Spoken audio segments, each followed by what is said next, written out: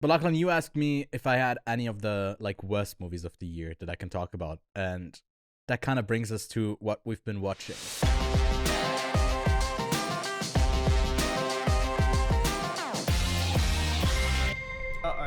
Very solemnly open this. I know you haven't been watching anything. Maybe you want to talk about what you've been playing, but before that, I'll tell you just how bad Aquaman and the Lost Kingdom was.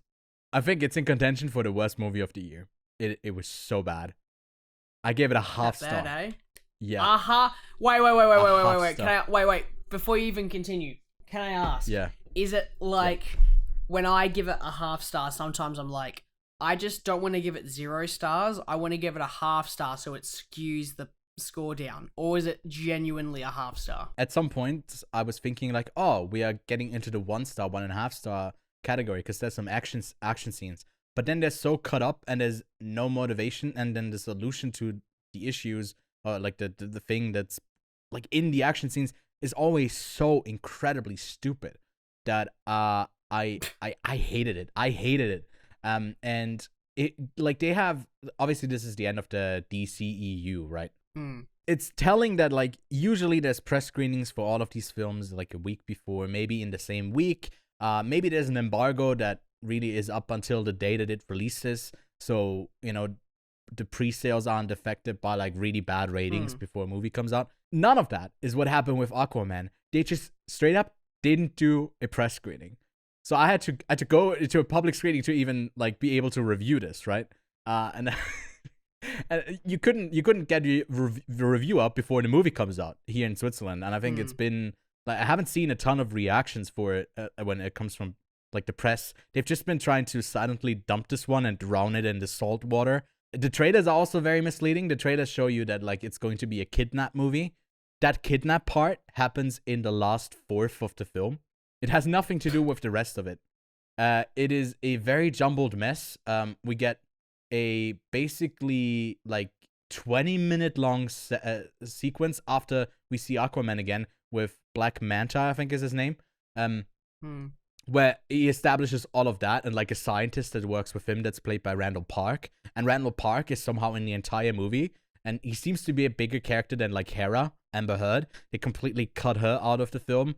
This movie has been so like disassembled and tonally thrown together, where like there's a bunch of scenes where Patrick Wilson and Jason Momoa are in it together. Cause spoilers here, because who the fuck cares? He breaks him out of prison to team up with him because he needs him, the Ocean Master.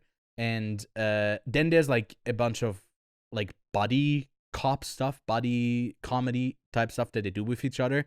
And it just like, it clashes with the tone all the time. It ends with like him, spoilers here because it ultimately doesn't affect anything anymore, with him bridging the gap between the human world and Atlantis, and basically coming out as a fishman, and telling the world about like Atlantis. And there is a moment where Jason Momoa, it was like they straight up don't give a fuck anymore because this universe is over. He looks into the camera and just basically yells out of character, "I'm Aquaman, bitch," I think, or like, "I'm Aquaman," and then drops the mic and basically laughs. That's the end to that. Like it was so bizarre to see this. Like it was such a shit show.